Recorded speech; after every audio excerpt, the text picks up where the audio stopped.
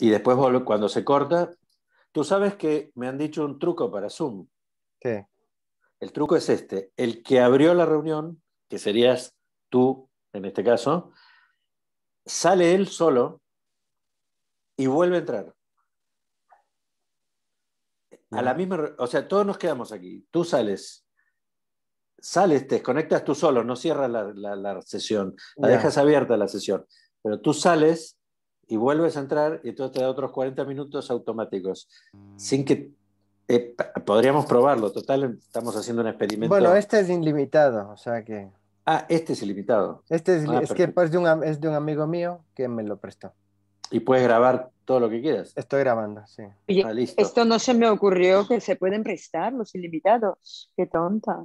Tengo que hablar yo también con Lali. Claro, es muy Bueno, fácil. Te lo prestan y ya está. No, pero a mí la verdad es que Zoom me interrumpe muy pocas veces. Yo doy clase por Zoom y suelo dar de 1 hora y a veces sí, pero la mayoría de las veces no. aparte de Sube está Carlitos, en el otro no estaba. Bueno, Estaba aquí también. A ver, co- pe- pero bueno, como diría un en el otro lo que italiano. pasa es que estaba encima de la mesa el iPad, entonces no alcanzaba el pobre.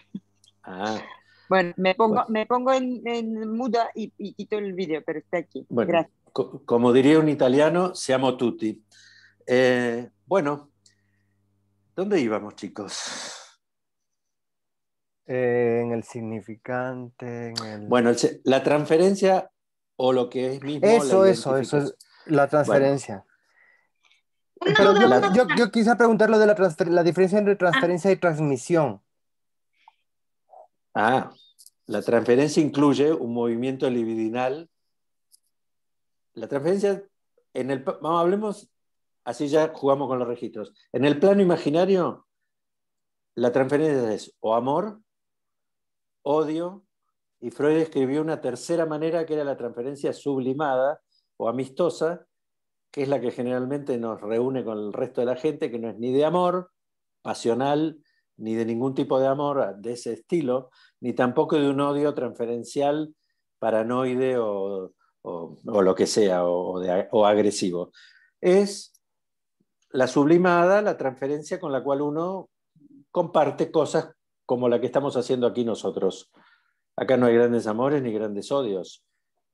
Podemos discutir, podemos coincidir, colaboramos y ya. Funciona por ahí el circuito transferencial. Pero la transferencia involucra no solamente una cuestión de transmitir contenidos, significados, sentidos, ¿entiendes? Sino que es también algo que uno tiene alguna pasión puesta en juego, por lo menos la transferencia psicoanalítica. Las transferencias bancarias no. Mandás plata de una sucursal a la otra y es transferir valores. Pero los valores para el psicoanálisis, los valores freudianos, son libidinales, son pasiones, amor, odio, miedo, asco, esas cosas. Uno no puede transferir asco de una cuenta del banco a otra, solo dinero, y siempre y cuando sea de la misma nominación. No podés transferir de una cuenta en pesos a una cuenta en dólares, no te lo va a tomar el banco. Tienen que tener una equivalencia, pero estamos en el mundo de la economía no libidinal, y la del psicoanálisis, por lo menos la planteada por Freud, y luego por Lacan también, y por Klein, es libidinal. Lo que se juega en los vínculos psicoanalíticos de analista y paciente, y también entre los demás seres humanos, son vínculos libidinales, pasionales, sentimientos. Por supuesto, esto no viene como un chorro de amor que va como si fuera una especie de fluido mágico que te baña. Eso es una metáfora. La libido no es eso. La libido se vehiculiza a través de las palabras y de las imágenes. Y o de las imágenes. Cuando yo suspendo las imágenes, por ejemplo, cortemos todas las pantallas y solo escuchémonos, no es tan grave. Es más lindo ver. A mí no me gustaría estar hablando con imágenes que no se mueven y que yo no sé si me escuchan, si les cae simpático lo que digo, pero podría hacerlo. La radio. La radio era eso, un tipo hablando del otro lado y diciendo cosas y yo escuchando, y era predominantemente simbólica la transmisión, técnicamente hablando, pero otra cosa es la transferencia que yo hago. Hay este locutor, qué voz tan linda tiene, esta mujer, qué sensual su modo de hablar, y este hombre, qué términos que usa, y esta mujer, qué intelectualmente agudo lo que dice. Esa parte no es imaginaria solamente. Ahí juega lo simbólico, o sea, las palabras. En el dispositivo analítico, la transferencia al analista en el plano imaginario, qué simpático, qué bueno, cómo me cuida, qué cara de culo tenía hoy cuando llegué, me saludó medio torcido, me pone ahí en el diván y no lo veo, miro el techo, no me ve ni la cara, qué estará haciendo cuando yo hablo, se estará cortando las uñas, todas esas cosas. Pero sin embargo yo también puedo hacer transferencia, que Lacan llama transferencia en el plano, digamos así, o en dominancia imaginaria, perdón, simbólica, que es la transferencia al discurso, a las palabras. Y eso ya no es amor al analista, ni odio. Eso es, estoy muy entusiasmado, diciendo toda esta sarta de huevadas que me ha dicho que diga en voz alta este señor, que no sé a dónde quiere que llegue con esto, porque es un discurso que parece medio de loco, pero como le tengo fe, analizarse es un acto de fe, chicos. Hay que tenerle fe, no al propio analista, como si fuera la Virgen de Guadalupe. Hay que tenerle fe a que lo que uno dice va a servir para algo y que a lo que él me dice que yo diga, mi analista, va a servir para algo y lo que él me dice, que son cosas un poco incoherentes, sirve. Eso es un acto de fe. Pero el problema es cuando se articula un discurso a partir, o sea, del acto de fe, se articula un discurso de dogma de fe. Es decir, Bueno, estamos en un problema ahí. cuando te atas al analista como a una secta, porque hay un momento que hay que soltar, quiero decir. Porque a mí Pésimo. no me vengan con que No, análisis terminable e interminable y estamos 25 años en análisis y no no, llegamos a espera, ningún lado, espera. quiero decir. Bueno, el problema no es tanto la cantidad de años, sino haber ido a ningún lado. Exacto. Si yo voy a algún lado en 25 años y voy yendo, enhorabuena. Es como estudiar qué sé yo, una materia profundamente. Ahora, Lenguas si realmente muertas. giro en círculos como un perro que se muerde la cola y digo siempre lo mismo, pero ahí viene una cuestión muy importante del capítulo anterior que vimos. Lacan critica profundamente que el analista se ponga en el lugar del ideal del yo. Es decir, de dar dogma, de dar saber, de hacerle saber al otro que sabe. Justamente lo que Lacan propone es que el analista se vaya del lugar, no sostenga el lugar de supuesto saber que el analizante le dirige. Y no hay cosa mejor que callarse la boca muchas veces o decir algo que no tiene que ver con la demanda del paciente. La demanda del paciente es, me duele la cabeza, ¿será porque comí sandía con vino ayer a la noche? ¿O me peleé con mi amigo, entonces por eso me duele la cabeza? Y el analista, en un acto no dogmático, porque si no, no, seguro que es la sandía con vino, porque a mí me cae pésimo. ¿Entienden? Si vamos por ese lado, nos vamos al lado de los tomates, literalmente, como analistas. Y el análisis ese va a ir para lo que acabas de decir vos. Uno pregunta, el otro contesta, pero para eso, antes de que inventen el psicoanálisis, desde que el mundo es mundo, está lleno de consejeros, De curas, coach, rabinos, ¿eh? ahora de coaches. Coaches, directores de ¡Oh! conciencia. Ya está ese lugar, es el lugar del discurso del amo, que casualmente Lacan le llevó muchísimo poder ponerlo en estos que, eso sí lo estudiamos bastante, en el opuesto, en el revés exacto del discurso del analista. Allí donde el amo muestra un saber, el analista tiene que desfallecer en su lugar de saber. Entonces, es verdad, es peligrosísimo el psicoanálisis si un sujeto se pone en el lugar, aprovechando la transferencia simbólica de sujeto supuesto saber, con todo el amor que eso genera por otra parte, porque eso genera dos cosas. Primero, confianza y fe, pero también devoción. Este sabe de mí y me va a salvar de mi propio sufrimiento. Con lo cual, si el analista se pone en ese lugar, está en el plano casi de la canallada. Está aprovechándose qué es lo que hacen los líderes. Bueno, no voy a hablar más de la la esclavitud, religión, de la no se trata esclavitud, de eso. de la esclavitud del lenguaje, de la esclavitud, o sea, se está poniendo en un lugar que no debería ponerse, que es en el lugar del amo, en lugar Del en el, amo, claro, que no es un mal lugar cuando el otro no busca más que eso. Es decir, si yo voy a un coach y le pido, por favor, mire, claro, ¿me puede coachear? ayúdeme, ¿Me ayuda a esto? Y yo, honestamente, sí, lo voy a ayudar, mire, haga esto y aquello, y si tiene fobia a un perro, cómprese un pequeño perrito, ya les conté el caso. Eso es lo que hacía Freud antes de dedicarse a hacer psicoanálisis. Hipnotizaba a la gente en trance hipnótico, nos lo contó los de historia, que eh, hablaron mucho de la hipnosis y de la sugestión, ¿no? Los profes nuestros. Entonces Freud hacía eso, te hipnotizaba y te decía, a ver, dígame, ¿a usted qué le pasa esto? Tiene una parálisis en su brazo, que no es neurológica. ¿Por qué tiene?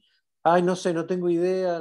Bueno, la hipnotizo. Bueno, sí, cuando era chiquito una vez fui a la panadería y me tocaron la cola y se reían del panadero y los parroquianos de ahí. Entonces cada vez que yo... Bueno, listo, eso es un discurso de amo, porque no es que el sujeto llegó a ese lugar de su historia a través de su propio camino. El analista, el hipnotizador, no el analista, forzándolo a través de un método sugestivo como es la hipnosis, lo hizo hacer una cosa como a ti te hicieron hacer con el relojito y el péndulo, pero ¿por qué? Y no está mal, pero porque tú aceptaste esto, no es que fuiste y le dijiste al muchacho este, ¿cómo era el profe este que me olvido el no, no, nombre yo siempre? encantado de la vida, y además yo estaba ahí Claro, pero porque gozando, bueno, nunca mejor porque tú dicho, dijiste quiero esto. No claro, es que dijiste, vengo pues tengo una angustia, bárbara, bueno, agarra un pendulito y empecé a hacer péndulos que yo te la voy a sacar la angustia, vas a ver. Y te hago unos pases mágicos tipo payumbanda y chau. Y te curo, porque la sugestión cura. No es que no sirve para nada, es poderosísima. Ahora, la renuncia a esa arma poderosa, que es el discurso del amo, que es el de la sugestión, es lo que hizo que a Freud se le ocurriera empezar a decir, che, en vez de hacer esto, vamos a hacer una cosa, no nos miremos mal la cara, ni te hipnotizo ni te sugiero nada, tirate ahí, habla, decir lo que se te ocurra. Esa es de locos, hay que tener fe para hacer eso. Es mucho más fácil tenerle fe a un mago que te dice que te va a curar con una poción mágica, o alguien que te dice que si te rezas unos Padre Nuestros se te van todos tus pecados, que a un analista que te dice, venga acá, recuéstese ahí y diga lo que se le ocurra. Hay que tener ganas, ¿eh? Porque una cosa es decir qué lindo sería y otra hacerlo. Y pagar un dinero y todo y un tiempo que hay que disponer. Entonces ese acto de fe, en vez de rematarlo con, y haces muy bien en tener fe en mí, porque yo voy a ser tu gurú, tu líder. Gracias a mí tú vas a existir y ser un hombre nuevo y más feliz. Claro, sí, eso no es un discurso del analista. Estás haciendo pis fuera del tarro, como dirían. Lo cual no quiere decir que eso no pueda cautivar a un sujeto. ¿y cuál es la diferencia entonces entre un análisis y un análisis pedagógico? Es El decir, análisis pedagógico, lo único claro, que tiene pedagógico es que el analista es el famoso análisis didáctico que hacían, que lo hacen. Es el sí, análisis de alguien que tiene el deseo de ser analista. Entonces, no solo quiere sacarse encima toda su miseria neurótica y dejar de sufrir al cohete, por decirlo finamente, o ujú, al pedo, sino que además quiere hacer eso. Lo cual es claro, peligrosísimo, porque a lo mejor dice, ¿para qué me voy a analizar yo y ver mis cosas? Me fijo en lo que hace este tipo y lo copio y listo, me hago analista igual que él. Pero ese método no funciona para el analista futuro. Entonces Lacan plantea bastante más adelante que lo que puede ser que encuentre un sujeto que se pone en un análisis didáctico, en el medio de su análisis didáctico, es que no tiene el menor deseo de ser analista. Y entonces Lacan le diría, entonces mejor renunciar, porque para ser analista tenés que tener mucha vocación.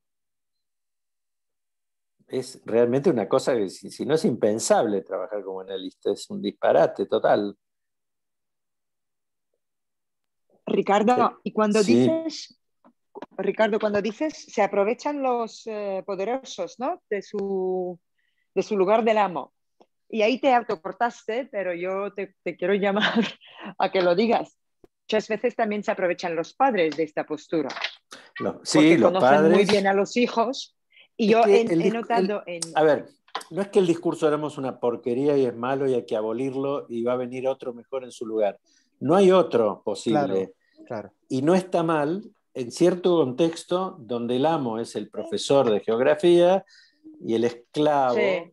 es el alumno. Pero para eso mejoró un poquito el discurso del amo, que es el discurso de la universidad. Es un poquito mejor. Y no Un está poquito mal en las mejor. relaciones sociales tampoco, quiero decir. Claro. No, Yo o creo sea, que no está lo ni bien suyo ni es mal. siempre... No creo que esté ni bien ni mal. Creo que es un poco Sí, malo, no malo, un poco Engañoso. engañoso no ser consciente de jugar esos roles. Claro. pero por Miren, ejemplo, Freud Las- habla mucho de los conflictos que tenía con los parientes de sus pacientes, Pero es que los parientes porque también. no, desde ya. sí, no, pero le estaban quitando el sitio y ahora hay un montón de chistes de que los padres normalmente odian a los terapeutas de sus hijos o de los hermanos, da igual, ¿no? Cuando existe esta relación perversa, como que me estás quitando mi rol de amo, ¿no? Y esto Bueno, también porque se refleja imaginan, un no poco en pueden la imaginar de política. otra manera que... Sí, por ejemplo, si vos eras, qué sé yo, un jerarca nazi, que creías Ajá. en la verticalidad absoluta, donde la cabeza de todo un pueblo era un único ser iluminado, y vos Sí, eras un dependiente sí. de segunda, tercera o cuarta línea de eso, y tu hija dependía de vos, en ese esquema de vertical, piramidal, no cabe mucho el discurso del psicoanálisis. Como no es muy fácil que entre Para en los nada. sistemas, Ajá. en las masas como la iglesia y en las masas como el ejército. O sea, en las masas organizadas, Freud las nombra en Psicología de las Masas y Análisis del Yo, también lo hemos estudiado Sí. eso nosotros. Ahí no hay mucho espacio para el psicoanálisis. Pero ¿y qué pasa, Ricardo, con este lugar que podría jugar el discurso analítico de, voy a decirlo, no me peguen, de redención en relación al discurso del amo o al discurso universitario? Por ejemplo, yo creo cada vez más, cada vez le tengo más fe a que el discurso analítico que está transversalizado al discurso universitario, por ejemplo, en las clases de arte, no sé si en todas, pero en las mías, desde luego, ¿sí? No sé si en todas, pero en las mías, desde luego. Es la posibilidad de, ya no solamente de intercambiar una cadena simbólica sobre el arte, los ¿Se cortó? saberes, el savoir-faire del arte, ¿no? ¿Cierto? Sino que también es la posibilidad de dotarle de conciencia a las personas. O sea, o de intercambiar esta discusión sobre la conciencia del conocimiento y de devenir, por ejemplo, artista. Sí, de acuerdo, no es mucho más afín el psicoanálisis o el discurso del psicoanálisis al discurso del arte o al acto artístico, llamémosle más que al discurso del arte, que al al reglamento de un regimiento, seguro. Ana, dime. Sí, es que, León, yo creo que no podemos confundir la cuestión del discurso universitario con que sea el discurso pedagógico. O sea, hay formas de enseñar diferentes. Precisamente dijo universitario, no dijo del kinder. Entonces, en la universidad el saber ocupa un lugar y en el kinder ocupa uno diferente y en la enseñanza de artes ocupa uno. Yo intenté Claro. hacer en uno de mis trabajos en el de política una revisión de leyes educativas de España diacrónicamente y ver qué discursos eran los preferidos en cada momento de la historia de los últimos años de España, ¿no?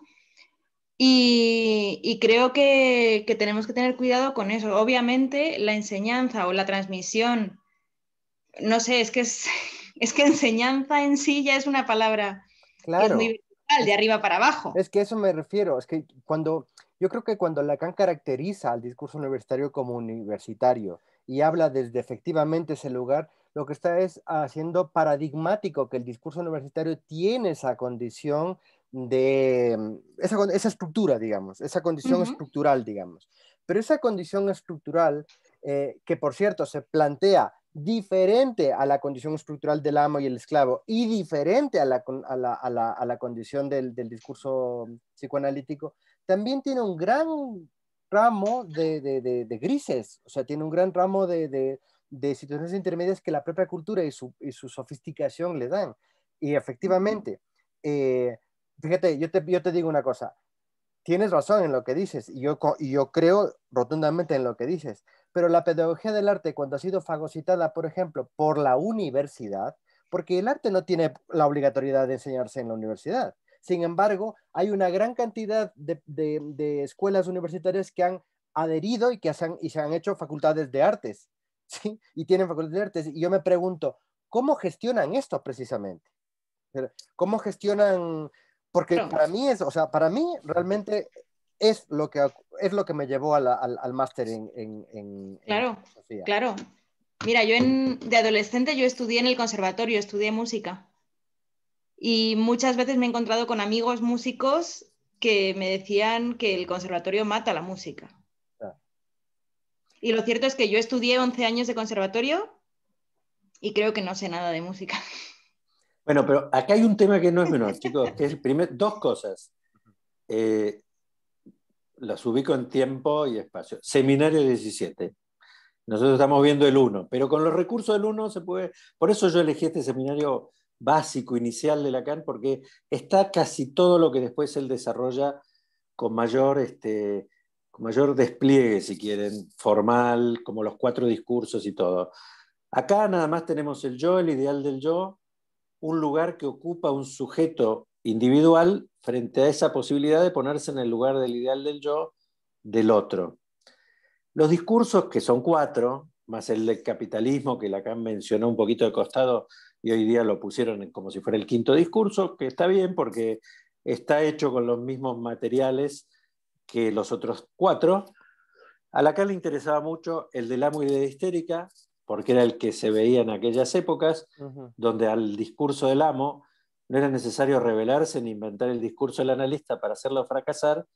Ese es el discurso de la histérica. El que hacía fallar toda pretensión de operar sobre él con el discurso del amo era la histeria.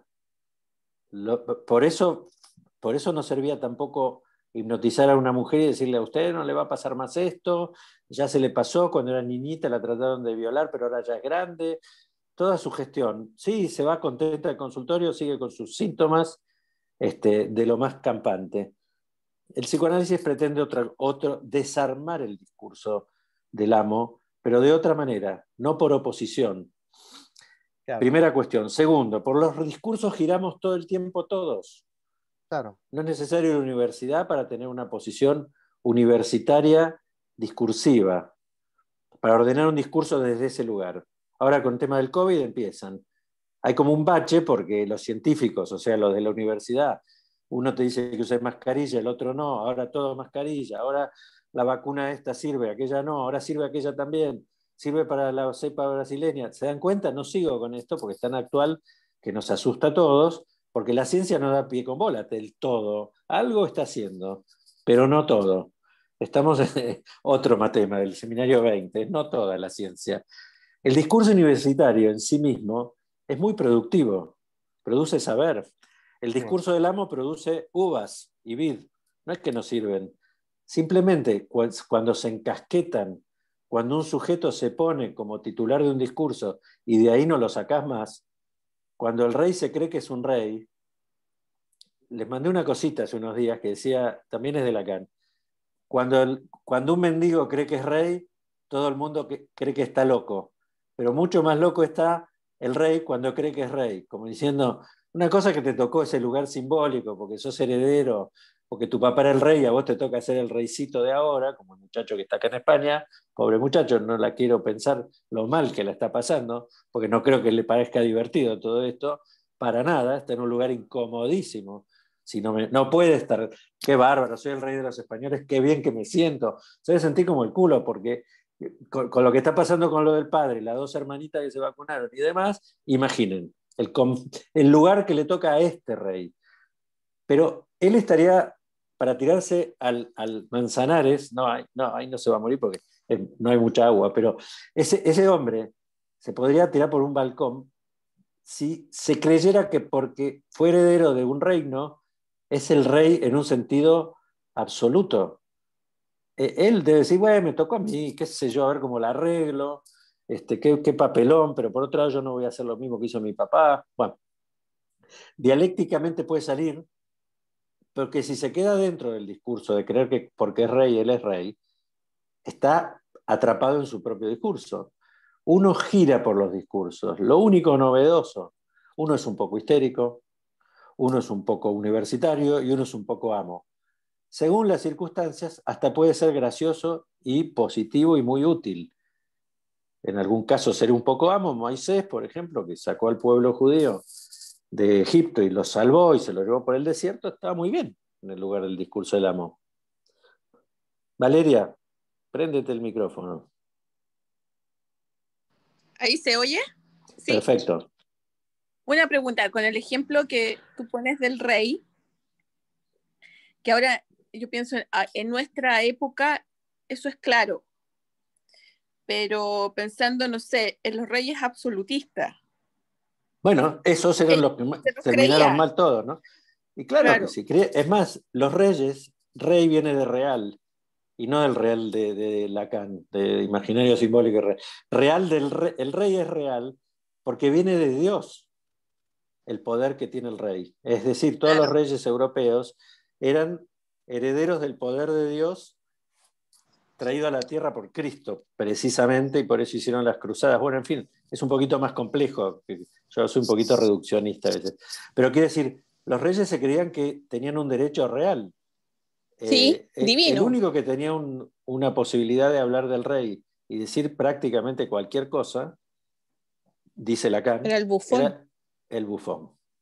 Porque el bufón era considerado o un tonto, o un loco, generalmente era un hombre con alguna disminución física, y era pequeño, petizo, qué sé yo, o tenía alguna anomalía, con lo cual él decía lo que se le ocurría, y por lo cual a cualquiera de la corte le hubieran cortado la cabeza. Del bufón y de sus dichos todos reían. La reina anduvo revolcándose con el palafrenero de palacio. Ja, ja, ja, se reían todos. Si lo hubiera dicho cualquier noble, le cortan la cabeza a los 2 minutos. A él y a la reina. Pero como decía el bufón, es decir, el bufón es el representante de un discurso, que es el del humor, que rompe también con la solemnidad de lo absoluto de la palabra, como puede ser la muerte, el rey, su majestad, la corona. Todos sabemos que hoy eso es relativo y sin embargo ocupan un lugar simbólico muy fuerte en algunos países del llamado primer mundo. ¿Quieren que les haga la lista? Francia, no, Alemania no, casi todo lo demás sí. Inglaterra, España, Bélgica, Holanda. Bueno, no importa. No vamos pero a mi la pregunta cuenta. es un poco, si no es un poco social, depende Simbólico. de la época, ¿me entiende? El discurso. Claro que sí, porque exactamente. Pero la relativización le quita peso al significante de viene el rey.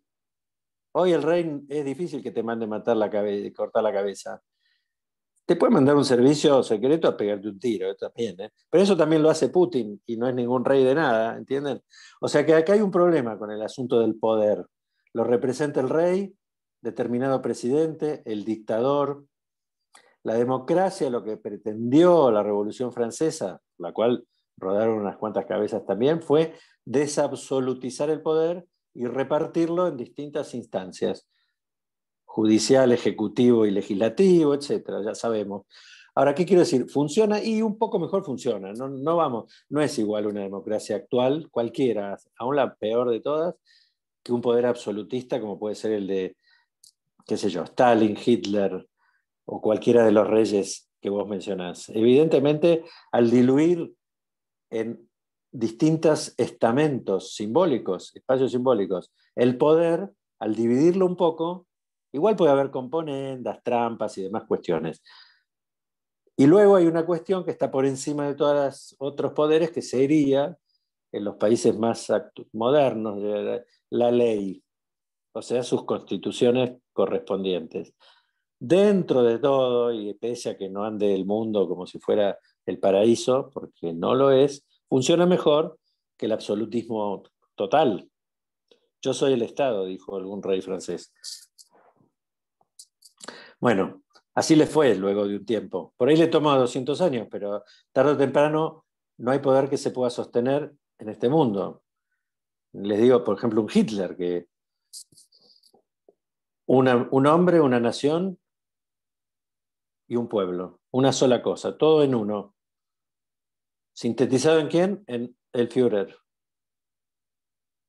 Y él decidía quién vivía, quién moría, qué pueblo merecía seguir viviendo y cuál no, qué raza era mejor que otra, etc. Él y su corte, o sea, las leyes se hacían en función de una ideología, y no la ideología se iba tratando de entender con la ley del momento correspondiente.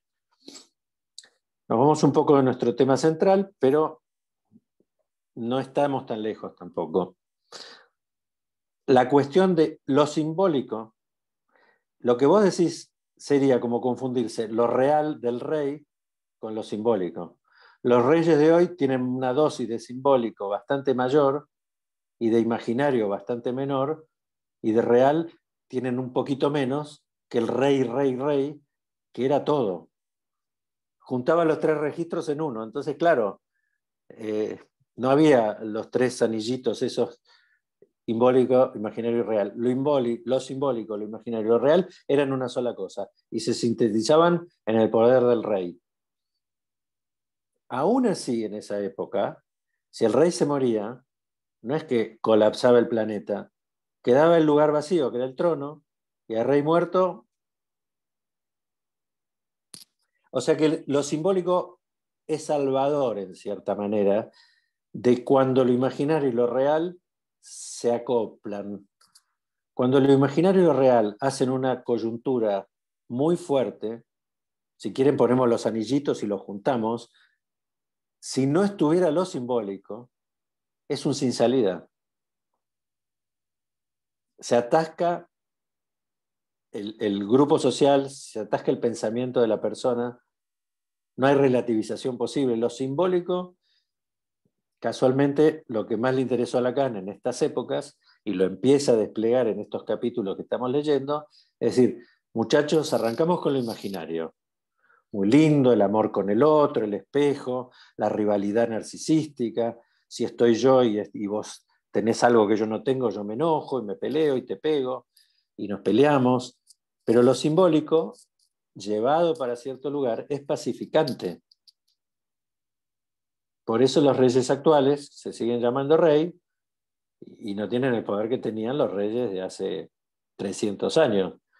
Andásete loco con Fernando el Católico, así que no, mire, no estoy...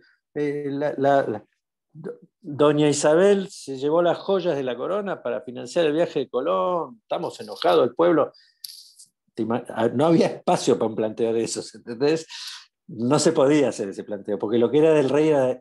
Vos eras del rey. Los seres del país ese, del reino, eran propiedad del rey.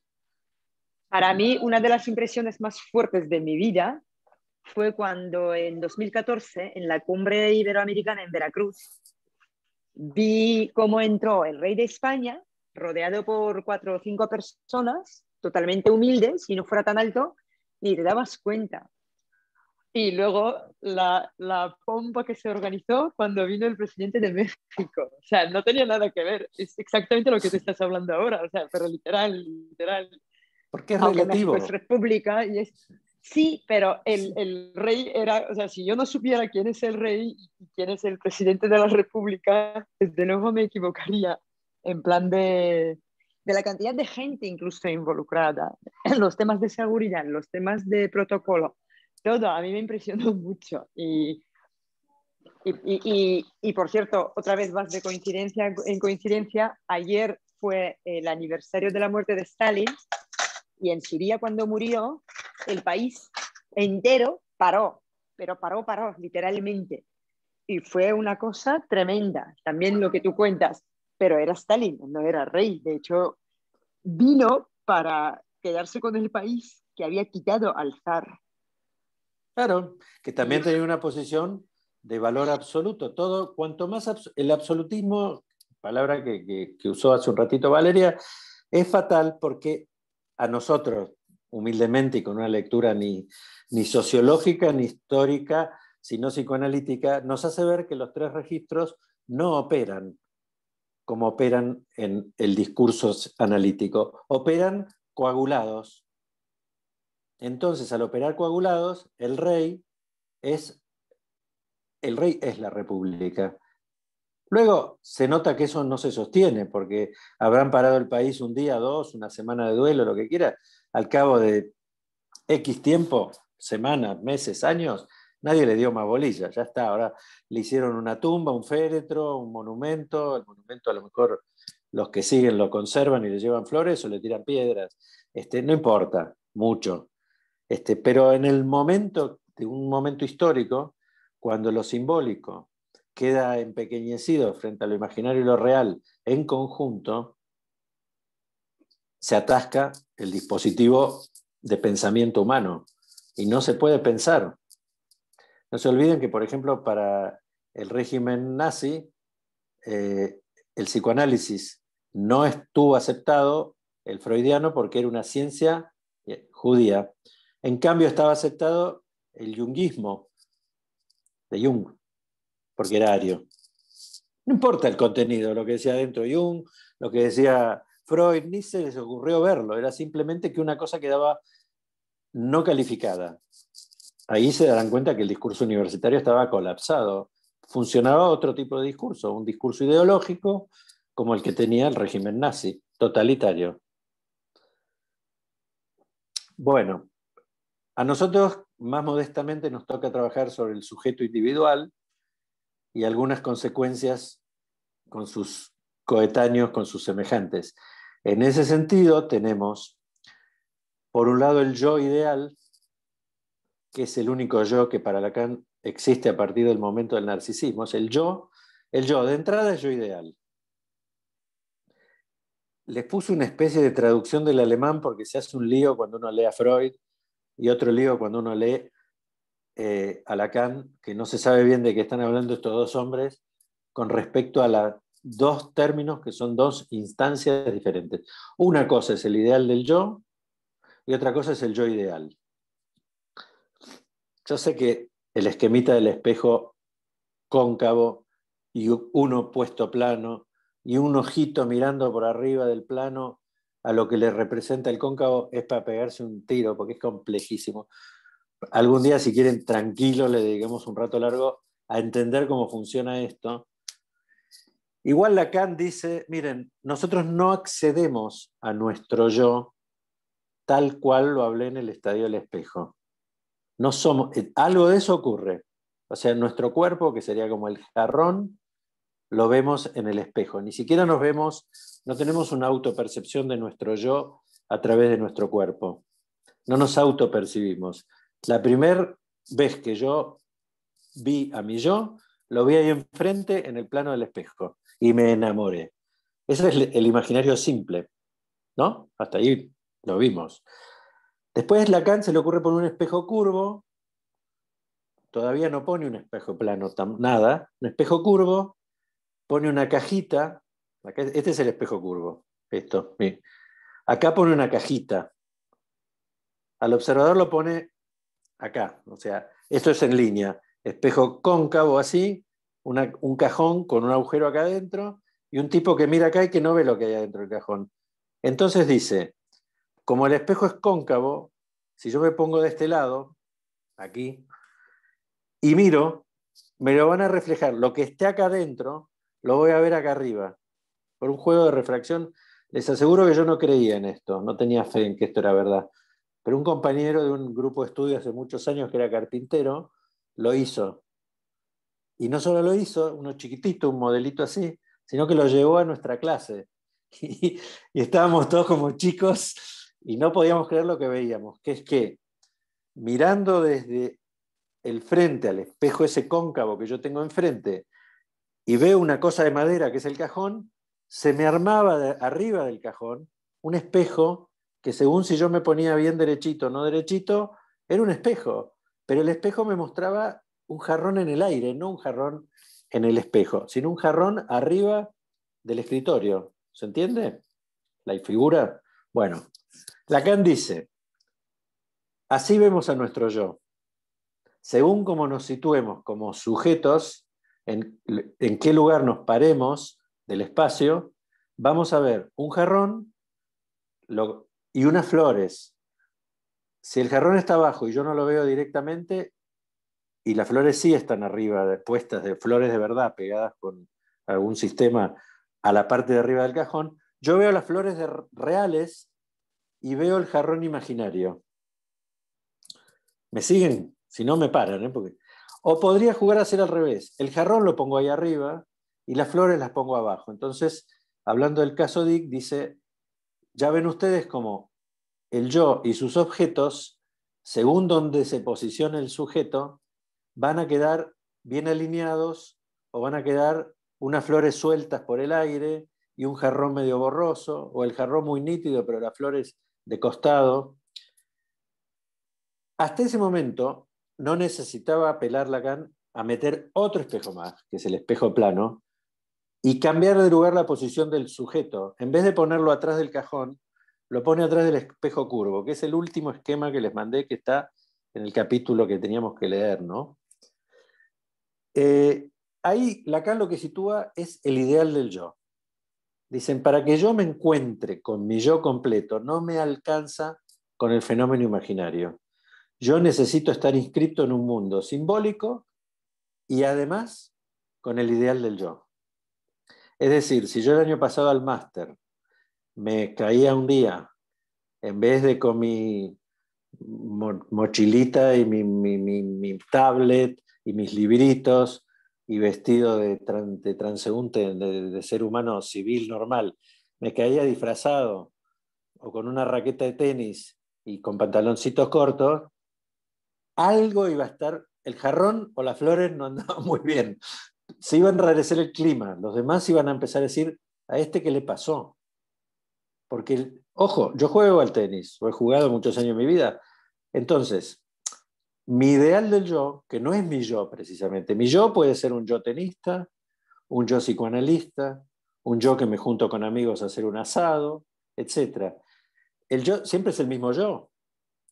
Lo que cambian son las circunstancias, como diría Miguel de Unamuno. Uno es uno y sus circunstancias. Y tenía razón. Las circunstancias las da el ideal del yo.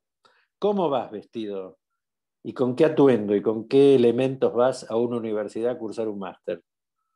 ¿Con raqueta de tenis, vincha tipo Guillermo Vilas y todo transpirar? Puedo ir así. Pero evidentemente yo estaría muy incómodo y los demás sintiendo que hay algo raro en ese sujeto conocido por todos. Hola Ricardo, hola, sí soy yo Ricardo, no estoy loco ni nada, pero ¿por qué has venido así? ¿Qué te pasó? ¿Has tomado de más? ¿No tuviste tiempo de irte a cambiar a tu casa, entonces venís del partido? Sí, claro, tendría que darle una explicación para poner el contexto. El contexto de todo ser humano lo da siempre su ideal del yo, o su sistema de valores, que en ese sentido son simbólicos. ¿Por qué se tiene que ir vestido uno a una facultad con un pantalón largo, una camisa y un libro abajo del brazo? Como decía un amigo mío, decía, ahí viene Sobaco ilustrado. Era uno, que era un estudiante de filología, que siempre que venía con el librito de Freud abajo del brazo. Entonces nosotros decíamos, este aprenderá Freud por la axila, porque no lo abrió nunca. Bueno, sacando el humor, el contexto hace, y el contexto son las coordenadas simbólicas que posicionan al sujeto. No al sujeto del inconsciente todavía, no estoy hablando del ese barrado. Al sujeto, a la subjetividad. León, estoy leyendo que tú no dice tu nombre y apellido. ¿Sabes lo que dice el cartelito? Estudio de actores. No sabía que te llamabas así, León. ¿Tú te llamas León Sierra Páez, estudio de actores? No, pero me ocupo del tema, me podrías decir. Ah, bueno, todo el cartel cabe. Si me pongo yo estudio de actores, ¿sabes lo que me dirías? O es mi Ricardo, ¿qué actores? Claro. ¿Eh? ¿te entiende? Eso es del ideal del yo. El ideal del yo nos eneje con nuestro yo ideal, ideal del yo. El ideal del yo es una proyección ante la cual, simbólica, de sistemas de valores que pueden ser muy complejos, ante las cuales mi yo ideal se posiciona, no en función de un deseo inconsciente, ¿eh? Esto es absolutamente fácil de entender, según una serie de datos simbólicos que me han ido cargando en mi hardware, porque el ideal del yo es como un software que puede ser modificado y mutado. El militante de extrema derecha, frente a ciertas circunstancias de su vida, se transformó en un absoluto y devoto militante de izquierda. Y conozco personas que lo han hecho. Y vos decís, ¿pero cómo? ¿Qué quedamos? Es que algo le cambió en su sistema de valores para que pueda hacer una mutación semejante y ahora su yo ideal se alinea con un ideal del yo nuevo, distinto. Creí en Dios hasta los 14 años, me bautizaron, tomé la comunión y qué sé yo. Pero un día vi un cura que hizo una cosa mala y desde ese día no creo más en Dios. ¿Qué tiene que ver Dios con el cura? Nada, pero no, sí, porque es parte de un sistema. Así que yo ya no creo más en nada. Y no cree.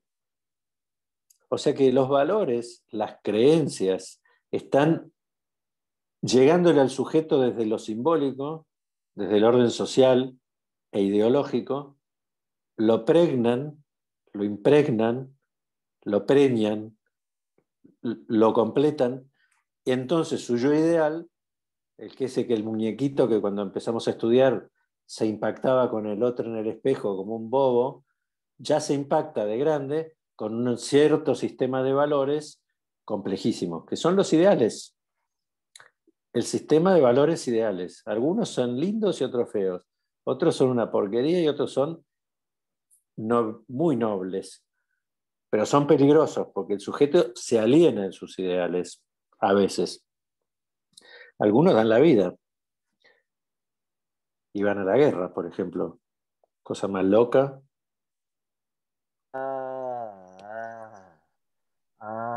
Ya entendí. Uno se aliena en sus ideales a veces, claro. A veces no. Bueno, ¿qué es lo que suspende? Pero ¿cuál es la diferencia entre alienarse en los ideales y ser inconsciente Bueno, uno de, no. A ver, de la ese cadena? es un inconsciente que no es el inconsciente estricta. Voy a prender una luz. Un segundito. Sí.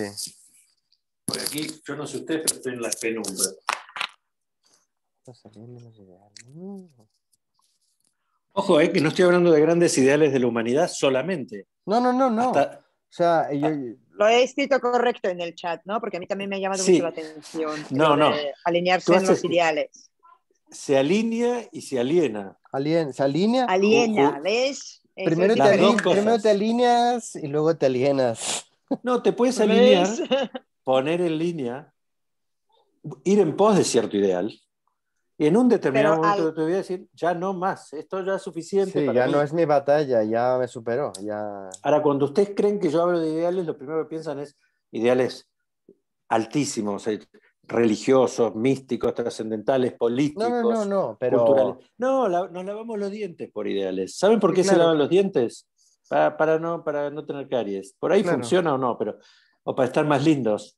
¿Y por qué se lavan la cara de la mañana? Para despertarse. Es todo el sistema de ideales nos ordena la existencia. Ojo, hagan de cuenta que todavía no aparecieron otros valores inconscientes y deseos que se dan de patadas con los ideales. Precisamente el sistema de ideales, y Freud lo dice en Introducción al Narcisismo, el ideal del yo, no el yo ideal, el ideal del yo es condición de la represión. El sujeto reprime sus pulsiones y sus deseos más oscuros por los ideales de la cultura en la cual está inmerso. En las leyes. Por ejemplo, a un nene de 5 años le gustaría andar desnudito mostrando sus encantos, o a la nena también, pero le dicen no se puede estar desnudo en ese sistema de valores. Ahora, si está en una familia de nudistas, están todos en pelotas en la playa, no pasa nada. Podrías decir que una de las condiciones del capitalismo contemporáneo ha devenido en un ideal del yo heteropatriarcal, por ejemplo. Bueno, esa es una cosa interesantísima. Seguro que tiene algo que ver. No sé si ha devenido, si es causa o efecto o hay una especie de retroalimentación, pero es un sistema de valores que tiene bastante que ver con una posición de un bien superior, llamémosle, y luego todo se alinea y luego todo se aliena, con cambiar una letra y juntemos porque los dos sentidos valen, en función de un ideal como ese. Pero la condición de lo femenino es una condición reprimida, pues, es una condición... En determinado, sí, salvo en una sociedad de amazonas. Sí, bueno, pero digo, en rasgos generales, en la, ¿Se entendés? Por eso en la digo, contemporaneidad occidental bueno, y... no, en la contemporaneidad sabemos cuáles son los ideales estándar, vigentes, y cómo se pone cada sujeto o determinada cultura o ciertos valores en función de ese ideal. Precisamente esos ideales abonan, son los que le nutren con contenido el esquelético discurso del amo. El discurso del amo, que es una letra, un S1, Correcto, imagínense, sí, más vacío correcto. no se puede, no Correcto. dice nada S1, no dice ni de izquierda, ni de derecha, ni Dios, ni el diablo, ni nada, ni bueno ni malo, es un S1. Sin embargo, los sistemas de valores ideológicos nacen de un S1 inalterable. Si yo soy de la Inquisición y digo que existe Dios, y mi S1, el que organiza toda mi existencia, es Dios, y vos me decís que no crees en Dios o en mi Dios, no mereces existir. No tenés el ser. Uno diría, ¿por qué no dejás vivir si el tipo no quiere creer en Dios? Y vos sí, vos crees en Dios. No. Es que el que no cree en Dios, imagínense el sistema al lugar de alienación que lleva el ideal del yo al sujeto. Si no cree en Dios, yo no soy nada, entonces me desmorono. Es un espejo que no me devuelve lo que yo creo. Yo creo que el ser mío tiene que ver con Dios. Y si alguien no cree en eso, lo tengo que eliminar. O convencerlo de que diga que existe Dios y después lo pongo a prueba a ver si no es mentira. Porque si es mentira, lo quemo en la hoguera rápidamente. Y eso pasa con la identidad, con el color de la piel, con la raza, con la cultura, con la religión. Entre los portugueses y los españoles, dice Freud, con el narcisismo las pequeñas diferencias. ¿Qué diferencia hay entre un portugués y un español? Nada. Hablan parecido, más parecido a los gallegos que los portugueses que a los chinos. Sin embargo, ellos son ellos y nosotros somos nosotros y no podemos, hay que eliminarlos. Salvo que venga un nuevo ideal y que dé una nueva alternativa y diga, no, pará, escúchame, las mujeres y los hombres tienen los mismos derechos. Todos pueden votar. Son seres humanos las mujeres también, che. Oigan. No, pero no son iguales que los hombres. No, ya sé que no son iguales. ¿No son iguales en qué sentido? ¿En derechos o fisonómicamente? ¿Es lo mismo un negro que un blanco? ¿Como derecho a existir? No, los negros no tienen derecho a existir. Tienen que ir a trabajar, a levantar el algodón. 1860 estamos hablando. Revolución, Guerra Civil Americana. No fue hace 500 años, Espartaco esto, ¿eh? No, escuchadme, y se mataron por eso, pero esta gente que defendía la esclavitud en el sur de Estados Unidos murió de a miles por defender que la esclavitud siguiera, además de que les convenía económicamente a unos pocos que eran los dueños de los campos de algodón, que eran pocos, a todos los que vivían ahí en ese clima social era, no, los negros no son como nosotros, no son seres, son medio humanos hasta, no tanto, son menos humanos, hay algunos que son más humanos y otros un poco menos. Como son un poco menos, decretamos que tienen que trabajar gratis para nosotros y si no, los matamos a latigazos. Muy simple. Hace menos de 200 años. No hace 6 siglos. Entonces, y todas las cosas que van a hacer si pasar las atrocidades en nombre del ideal del yo que se han cometido, y esto es Walter Benjamin, no Ricardo Robeta, es increíble. Todo en nombre de venimos a traer la paz, la cultura. El ideal de la civilización, el ideal civilizatorio. Claro, pero porque bueno, si mi cultura es buenísima y vos, pobrecito, naciste en un lugar que no la tenés, te tengo que poner mi cultura porque es buenísima, te va a servir aunque te mate la mitad de la población. Ese es el discurso del amo en su expresión máxima. Por eso, ¿qué hace Lacan con respecto a esto. Dice, ojo con el ideal del yo, porque te enfoca, te alinea. También es muy lindo decir, cuando sea grande quiero ser veterinario para curar perritos. Ahí tenés un ideal del yo que en principio no es que todo ideal del yo sea enajenante, pero corre el riesgo de llegar a eso. Como quiero curar perritos, voy a matar gatitos. Los asesinos seriales también tienen sus ideales, ¿eh? No te creas. Quieren reivindicar la ¿Y cuál es el violación de lugar la del cual gran otro en la constitución de este ideal del yo? enorme. El ideal del yo se escribe una I mayúscula Sí, y entre paréntesis la letra A, ajá. como completo. El problema es que ni el analista ni nadie se quiera poner en ese lugar y decir, yo represento el ideal de todos ustedes, que es lo que hizo Hitler, por ejemplo, cuando decía que él hablaba en nombre de toda la raza aria, de la humanidad. ¿Por qué? Porque él era una S no barrada. Lacan lo que denuncia es, detrás de esa impostura del ideal del yo y de que el gran otro es completo, porque viene de la mano.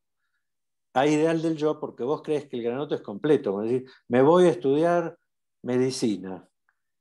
Yo sé que racionalmente vamos a decir que no, pero el pibe que va a estudiar medicina, el jovencito, recién salido de la secundaria, cree que va a estudiar toda la medicina en la carrera, que en 6 años le van a enseñar la medicina. Y aprende un poco. Que no te agarre recién salido de la facultad, por Dios, si estás enfermo, apenas chapucea un poco. No, Lo claro. mismo pasa con los psicoanalistas y los psicólogos, ¿no? Entonces, lo que hizo Lacan es una de las personas que inventó, en vez de ponerse en un lugar de saber, de ideal de yo del otro, de coaching, de guía espiritual, ni nada de eso, que es ocupar el lugar del ideal del yo del otro, es, mire, yo no sé qué le pasa a usted, pero hable y veamos qué pasa. Esa renuncia histórica que hizo Freud, por impotencia, ¿eh? No es que lo hizo porque era un héroe, no daba pie con bola con la hipnosis. Se curaba mal, volvían los síntomas. Él creía que haciéndole saber la verdad que ellos mismos le contaban los pacientes, ya se curaba, no se curaba nunca, carajo. Entonces dijo, no, vamos a hacer otra cosa. Una paciente histérica le dijo, por favor, doctor, ni me toque, ni me hable más. Se llamaba Amy. Dijo, ¿me deja decirle lo que yo quiero? ¿Me oye? ¿Me escucha un poco nada más? No me diga nada. Y Freud dijo, vamos a ver qué. Bueno, hable, diga lo que quiera. Fue una renuncia propiciada por la histérica al discurso del amo. Para renunciar al discurso del amo, tenés que renunciar a querer ocupar vos el lugar de ser el ideal del yo de otros. Si yo pensara que gracias a mi ofrecimiento ustedes van a saber todo Lacan y que yo sé Lacan mejor que el propio Lacan y soy más papista que el papa y todo, esto es un fracaso total, porque además es falso e imposible. Ahora, si vamos a dialogar un poco, a intercambiar, discutir, qué sé yo, y ver qué queda, es un poquito más modesta la propuesta, y es probable que dé algún resultado bueno, e inclusive independiente para cada uno, singular. Entonces, la posición del analista es no solo suspender el ideal del yo propio, no ocupar el lugar del ideal del yo, él, para el paciente, y suspender en el discurso analítico el ideal del yo. Es decir, y no hacer jugar el propio, sus propios valores. Por ejemplo, si viene un paciente que te viene a hablar de lo muy bueno que es ir a misa todos los domingos y vos sos ateo, en ese lugar el analista está obligado a suspender su creencia con respecto a si existe o no Dios y todo lo demás, y escuchar lo que dice el paciente y tomarlo en el contexto de él. No te creas que es fácil, a veces. No, y no hablo precisamente de problemas religiosos. Mire, usted habla y diga lo que quiera acá, pero usted no cree en Dios, ¿no? O sí cree. Eso, justamente en ese punto, el analista le puede decir hasta que le gusta el helado de vainilla y chocolate. Pero a ese paciente no le puede decir su posición con respecto a Dios, porque se colapsa la posibilidad de un análisis en ese momento mismo.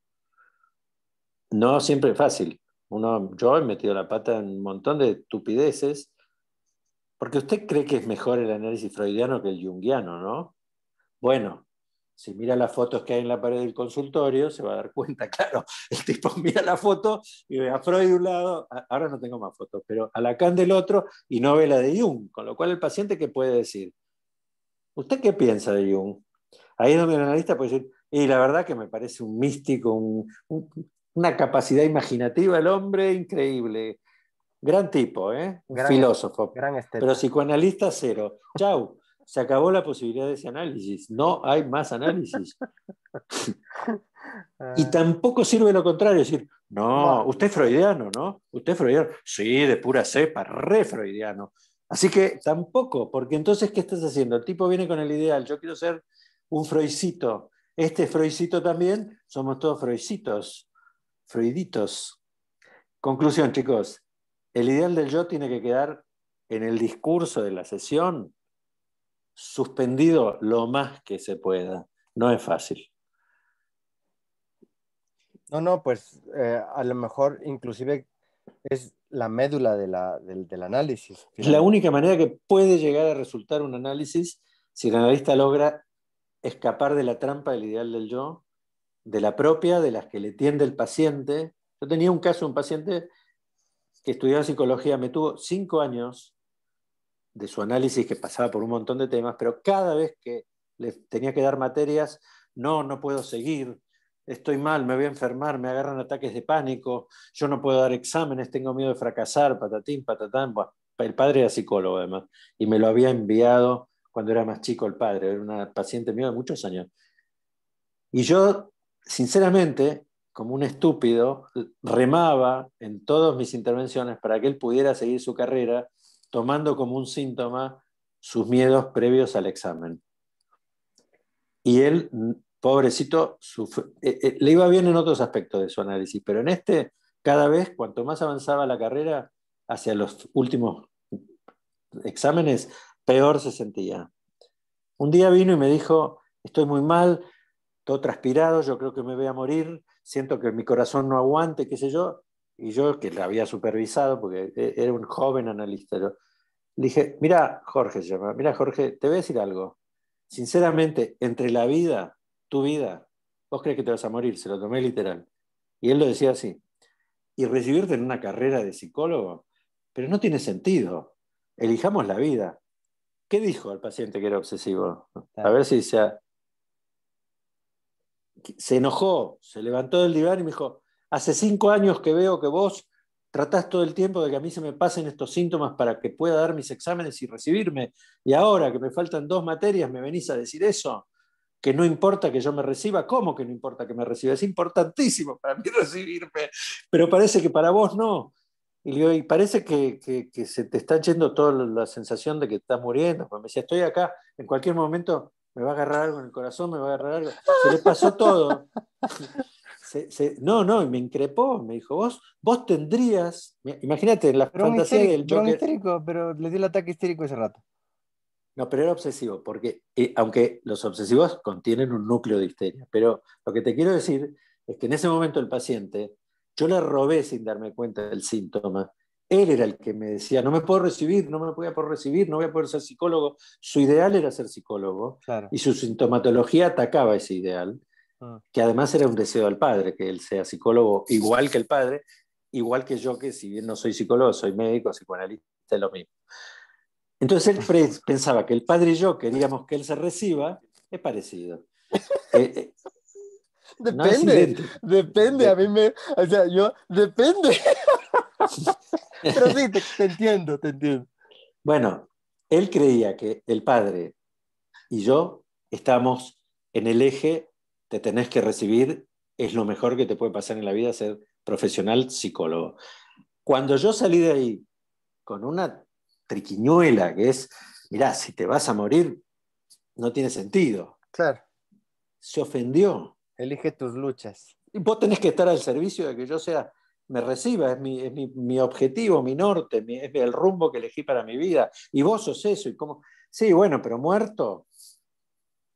Pero en ese caso, vos como analista no estabas adhiriendo al discurso de la ley del padre sin darte cuenta, y de repente esa triquiñuela te te me sacó. reubicó. Claro, Sí, aparte, realmente después me fui a mi propio trabajo de análisis y dije, la verdad, yo no estoy a favor de que él, no tendría que estar a favor de que él sea psicólogo, que él sea lo que él quiere, si Claro. quiere ser verdulero o dedicarse a jugar, qué sé yo, a la paleta, que haga eso. Yo no, ¿por qué tengo que ir para el lado de lo que creo que es mejor? Porque yo hago eso. Ridículo. Es difícil salir del ideal de yo. Y si viene un paciente y dice, yo no me voy a lavar más los dientes, como dice, los adolescentes son especialmente así. Yo no me voy a lavar más los dientes todas las noches antes de irme a dormir. ¿Por qué? ¿Cuál es el lugar del ideal del yo? Escúchame, es bueno hacerlo, lo dicen los odontólogos. Un buen cepillado previene las caries. Ahora, eso no es precisamente el lugar del analista. El lugar del analista puede ser, ¿qué asocia con dentífrico? ¿Qué piensa usted de la boca? ¿Por qué no se puede introducir en la boca una cosa? ¿Por qué dice que no se va a lavar más los dientes? Llenarlo de preguntas nunca va a fortalecer su ideal del yo. Anda a decirle a un creyente, ¿por qué piensa usted que Dios existe? A mí qué me importa lo que vos me preguntes, ni nada. Yo tengo fe y creo en Dios y se me acabó. No te voy a explicar por qué creo o no creo. Porque sí, porque no puede existir un mundo como el que existe si no existiera un Dios. Es inapelable ese lugar, no hay forma de... Aparte no tiene por qué hacerlo el analista, no es un problema de un analista eso. Bueno, por eso digo, en estos capítulos que estamos viendo, hemos visto uno que se llama el narcisismo, otro que se llama los dos narcisismos, el próximo que viene se llama el ideal del yo. Son un poquito complejos, pero junto con el capítulo de Freud, o el texto Introducción al Narcisismo, hablan de estos lugares que en el fondo hay que entenderlos bien para poder sacarlos de en medio en el trabajo analítico. Porque el discurso del analista y de la asociación libre del paciente siempre van a conducir, van a tender a ir hacia el lado del ideal del yo.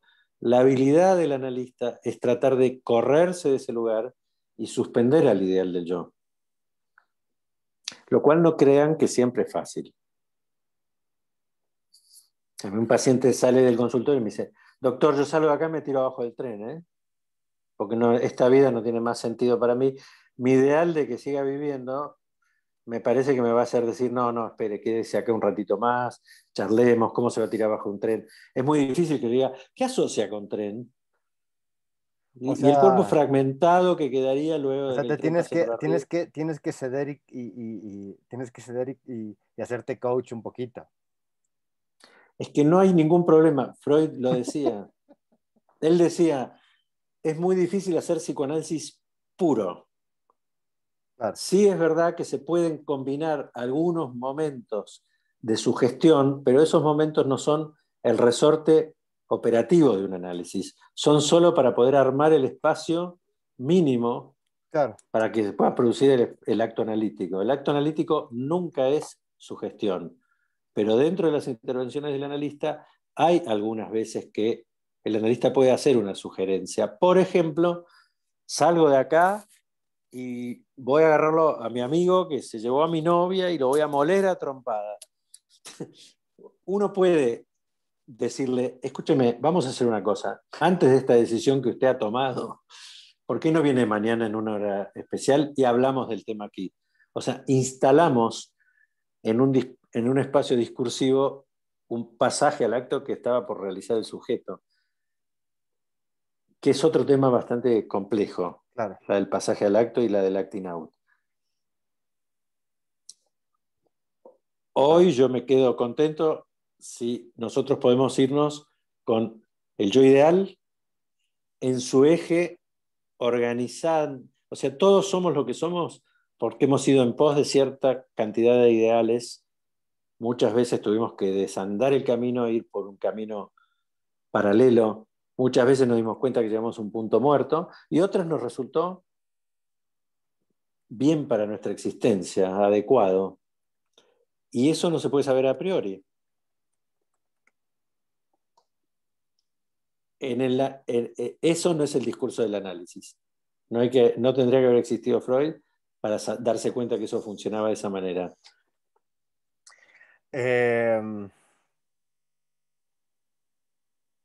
Bueno, yo no tengo más nada que decir por hoy. Es inevitable, no, es que es inevitable, es absolutamente inevitable caer hacia el propio análisis, es inevitable, o sea, es tal cual. Ahora mismo, o sea, todo lo que estás diciendo me está así como colapsando, porque como he llegado a un punto que no encuentro trabajo, no hay trabajo, no hay trabajo en este país desde que regresé, es como y se me ocurrió retomar el análisis de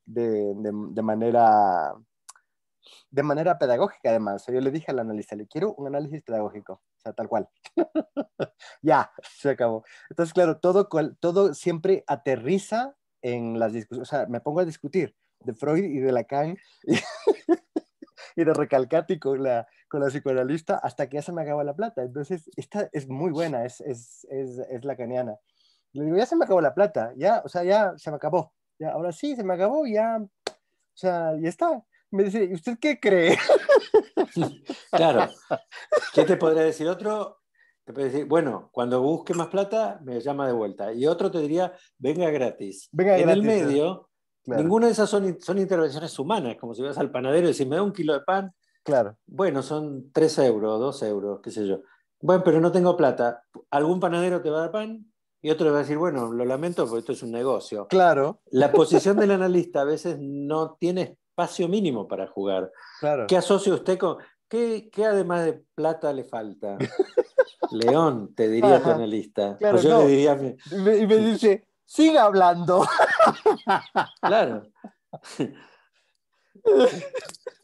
Le digo, claro, no porque puedo si no... seguir hablando porque mis palabras empiezan a sonar a centavos cayendo encima Como de clic, una, clic, clic, clic. de una Un latita. taxi. La sesión es un taxi. Van Exacto. bajando las El fichitas. taxímetro ahí, pi, pi, pi. Bueno, es difícil. Y también es difícil para el analista tomar una posición con respecto a una situación planteada Claro. que parece no tener demasiado Solución, claro. espacio para discutirse. Si no hay Claro, más plata, no hay más plata, y si hay plata, hay plata. claro. ¿Será tan así? ¿O puede haber otras formas de solucionar Bueno, el pero entuerto? ahí está la sutileza de la transferencia, pues. Y bueno, exactamente. Ahí está la sutileza de transferencia. Entonces, ¿qué querrá? ¿Será que quiere? ¿Será que no quiere? ¿Usted qué cree? Claro, Me dice, ¿usted qué cree? Le digo, le lavo los platos, yo qué sé. claro. Lo único que le interesa... Pareces los hombres ricos que dicen, cuando se enamora de ellos una mujer, el hombre rico que dice, ¿me querrá por mí o mi dinero? Acá es lo mismo. Exacto. Lo único que valgo A mí- es plata para usted, ¿entiendes? Entonces, es un problema. Le pasa lo mismo a las mujeres muy bonitas. Tienen un problema Sí, porque creen que las mucho. quieren porque son lindas. Cuando en Hombre, realidad puede ser que eso sea o no, pero ¿qué tiene que ver? La quieren. No, pero tú me quieres porque o soy bonita. Imagínense. Claro. Y yo estoy aquí porque usted vive de esto y usted es psicoanalista, me atiende y claro, si yo no le puedo pagar, usted no puede vivir. Mira, llevado al absurdo es falso, él puede vivir perfectamente. Claro. No, sí. Bueno, Y un proceso se puede parar porque la vida es así, porque viene el COVID sí, a y lo no mejor mañana para. te ganaste la lotería y te haces Y rico y le digo, hola, oiga, retomamos. claro, ¿Dónde íbamos? oye, no León, es ¿tú no un... piensas volver aquí? A no ser que en las condiciones políticas del gran otro aquí sean tan graves que yo tenga que hacer una migración, ¿no? Que no lo descarto. ¿Puede llegar a eso? Es que lo he perdido un poquito. El otro día estaba ayudando a una amiga a traducir un texto de mi trabajo porque tienen unos exámenes interiores y justo estaban hablando de las elecciones en Perú, en Ecuador y en Chile. Y digo, anda, si se me ha perdido Bueno, totalmente el guapo este. mira esto, Tamara, cómo el ideal del yo o los ideales de la que te envuelven, las coordenadas ideales en las cuales uno vive y existe, le pueden ordenar, por ejemplo, una migración. Porque, a Hombre, ver, a mí, por ejemplo, me ha pasado que yo ni hablaba. Yo de pequeña, en una discoteca, si veía que un chico estaba con una chica, ya no me fijaba en él. Y enamorarme de un hombre casado con 3 hijos, a mí me supuso, yo sí que entiendo de lo que hablas. O sea, por es los valores de como, cada uno, es decir, o de la sí, cultura en la sí, cual sí, sí. O estás. sea, pero no se trata de la cultura. Bueno, la cultura, para empezar, yo traigo de una, o sea, traigo una cultura, una mezcla de cultura. Entonces, a las mujeres rusas les importa un pelo si el hombre está casado o no. Entonces, y exactamente esto y en el Cáucaso está muy mal visto esto. Entonces, esto de ser la rusa que le quita al marido a una española, aunque la española también se lo había quitado a otra española, ¿no? Pero eso no importa. Yo estaba en el rol en el que estaba. Y lo voy a estudiar, voy a leer lo que nos has mandado y la verdad es que es interesante, pero menos mal que he salido como he salido. Porque además, podría haber salido... a todo esto que hablamos ahora y que por ahí vamos a seguir un poquitito más, hasta un capítulo que se llama La báscula del deseo, que ahí aparece a jugar el deseo inconsciente. Todavía no hay nada inconsciente en esto, casi. Es un inconsciente light. Yo no sé muy bien por qué quiero ser médico, psicólogo, veterinario o profesor de actores, pero me gusta, me apetece, es mi pasión. Pero ¿y por qué? ¿Y qué importa? ¿Por qué? Si yo tengo ganas y lo hago y puedo, listo, ya. No siempre uno tiene que revisar todo. El problema del inconsciente es que empieza a darse de patadas el deseo inconsciente del sujeto con sus valores ideales. Claro.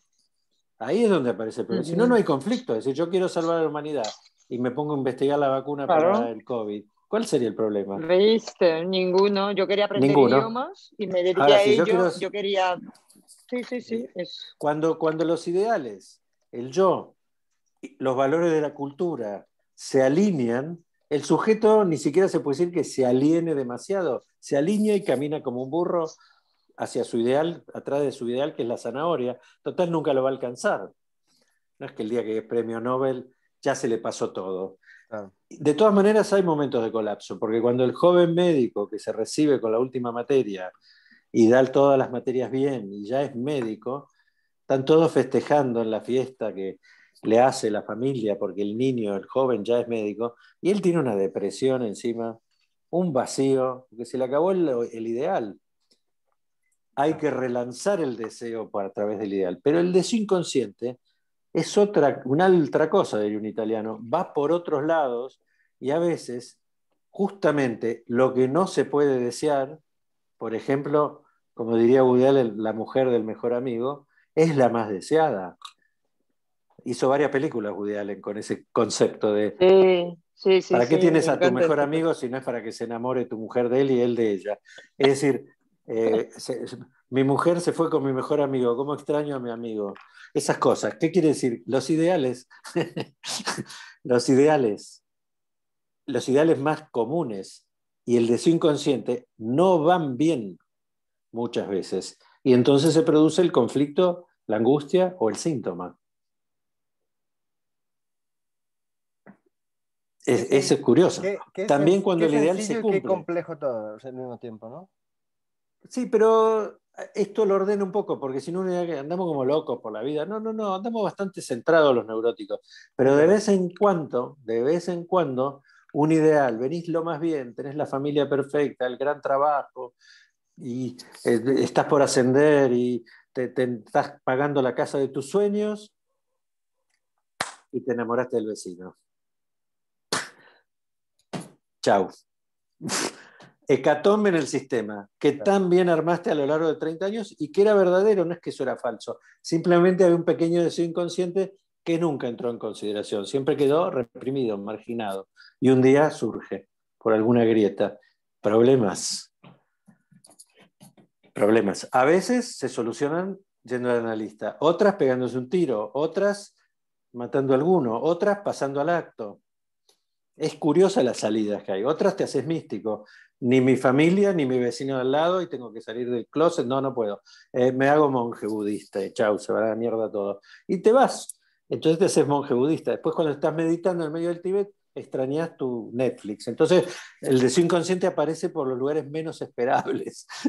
Cuando estás en una posición de máximo contemplación y de máxima profundidad meditativa, tenés ganas de ver una serie de esa de porquería que hay en Netflix. Oh my God. ¿Qué pasa con el ser humano que el deseo inconsciente le conspira contra la mayor parte de sus ideales? Chicos, enganchen. Yo sé que cuesta leer y todo, pero son divertidos estos capítulos. Enganchenlos. El narcisismo, los dos narcisismos, el ideal del yo. Y esos tres es un paquete y no se lo pueden perder porque habla de todo esto y después sigue un poco más Lacan. Vale. León, después me conecto contigo para ver si lo hacemos de esta manera. A mí me resulta magnífico trabajar sin esa sensación de, pero a lo mejor tu amigo no puede siempre hacer esto. No, siempre me acaba de decir que siempre que él no utilice, podemos utilizarlo. Bueno, Entonces listo. yo lo que voy a hacer es subirlo. Ah, tengo YouTube. Lo subo a YouTube y lo pongo oculto y les mando el link. Fantástico. Te mando a ti Bueno, porque son tus clases. Ya, muy bien.